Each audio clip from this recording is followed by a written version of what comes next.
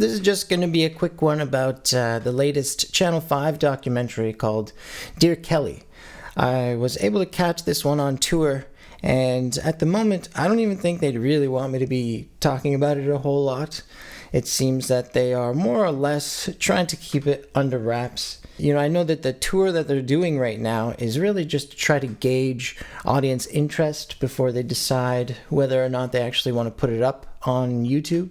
The movie is called Dear Kelly, and it's about one of the main Channel 5 characters that they feature very frequently in a lot of their videos, a guy by the name of Kelly J. Patriot. You'll probably remember him as the guy who got attacked at a White Lives Matter rally for spouting his outlandish ideas. Andrew described this movie as kind of like a follow-up to This Place Rules, and I don't really understand what he meant by that. He was saying that he feels that with that movie, they didn't really wrap things up very well, which I don't really agree with, but that's how he feels about it. This movie is really about how Kelly became the person he is today. And what starts as basically just an investigation into how he got his house stolen from him ends up being kind of like a deep dive into Kelly's family history, as well as his overall mental state. I loved seeing how Channel 5 decided to humanize Kelly in this, because I am someone who believes in trying to humanize pretty much everybody, despite how polarizing they might seem.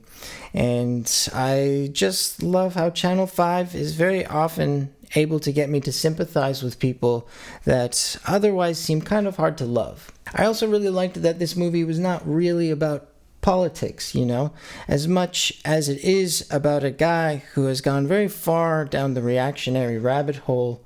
I would say that that aspect of the movie is really more just like a backdrop, and what the movie is really about is just, you know, the various ways that people try to fill a void in their lives. During the Q&A, Andrew did mention that they're actually showing a different cut of the movie each night, and I think the reason for that is just because the movie is kind of in a bit of an unfinished state.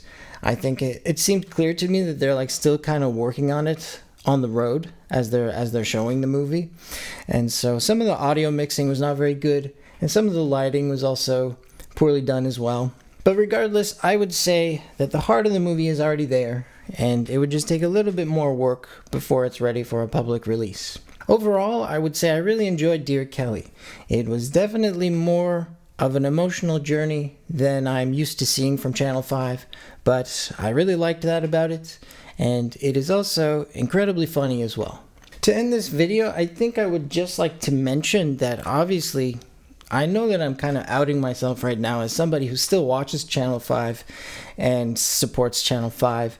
And, you know, I think you can come to your own conclusions about that stuff. But I thought since we're here anyway, I may as well take the opportunity to mention another channel that I think would be a great alternative to Channel 5 if you happen to be somebody who very understandably does not want to support Andrew anymore. The channel is called Documentary Forever, and it is actually the project that Nick Mosher and Evan Gilbert Katz have been working on ever since they parted ways with Andrew.